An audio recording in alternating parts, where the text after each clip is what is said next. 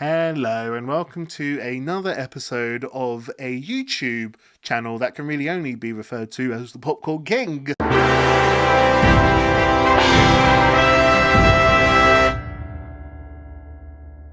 So, today I'm going to be doing a little review of a film called Wicked Little Letters. I believe that is the name of this film.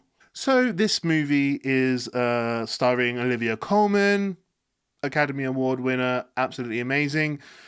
Jessie Buckley, who was the runner-up on I'd Do Anything, the BBC musical competition show for the Nancy character in Oliver, and I thought she was the best, and she should have won that, but she didn't.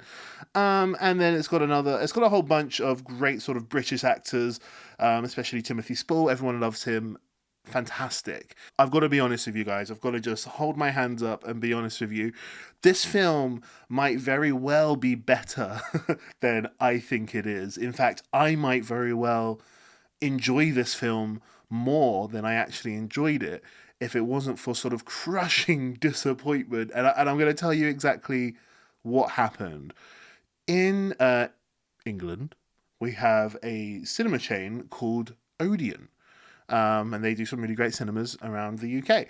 And every now and then, they do a secret screening, and it's always a new movie that no one's seen yet, like it's not officially out. So I went to this secret screening. I think basically everyone in the audience who went to this secret screening sat down in a cinema really prepared to be shown Dune Part 2. That's the film at the moment, right? That's the film that's on everyone's lips. It's the film coming out soon.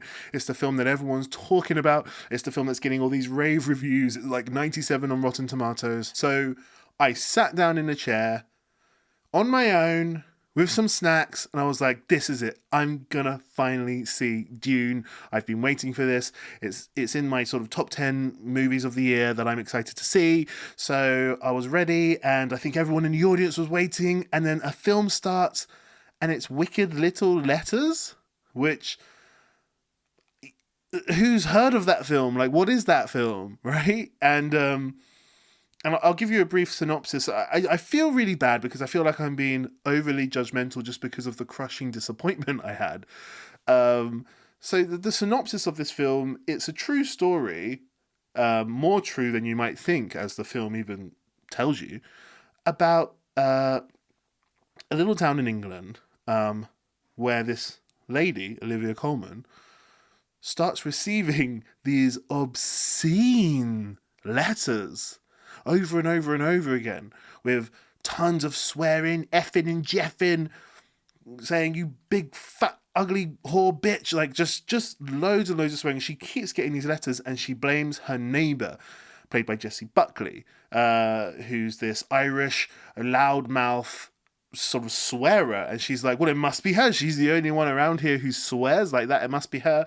And then so Jessie Buckley gets the blame, but she's like, it's not me. I would just say it to your face. Why would I bother writing a letter? And then loads of people in the community start receiving these letters, and everyone thinks it's Jessie Buckley's character. And that's sort of what it's about. And it's this big scandal that happened in the UK many, many years ago. And so I guess it's maybe after World War One, World War Two. It was around about that period. And yeah, it's funny. It's well acted. It's got a fantastic cast. Timothy Spall is just amazing as this horrible, horrible dad, very controlling dad. Olivia Colman is really funny because she's just so sweet looking, and she has to read the dialogue of the letters quite a lot, and it just sounds funny coming from her mouth. And not to mention that the letters are written in not your normal way. They're written in sort of like a way that you wouldn't expect someone who's, it's like almost someone just learnt how to swear, and they've written this, and it doesn't quite make all the sense that you'd think. And yeah, just hearing her having to go, you fucking whore, bitch, ugly slut of a cow's anus, and it's just like, there's just so much swearing in the film that it is kind of funny. I was just so disappointed sitting down at the cinema watching this clever little witty British comedy, which I probably would love this film if I saw it in any other circumstance, but I watched it under the crushing disappointment of not seeing Dune Part 2, which is so unfair because I reckon this film is charming. I reckon that's what it is. I reckon it's a charming film, and I reckon you can fall in love with this sort of gem of a film, but I was just like, what a waste of my life. But I do recommend it. I think it's a good film. Go and watch it. I'll probably try it again in like a year with like fresh eyes because I know it's got quite good reviews. And like I say, the cast just smashing it. And so it must be good. I think it's probably good, but I can't get over my own personal sort of circumstances of today.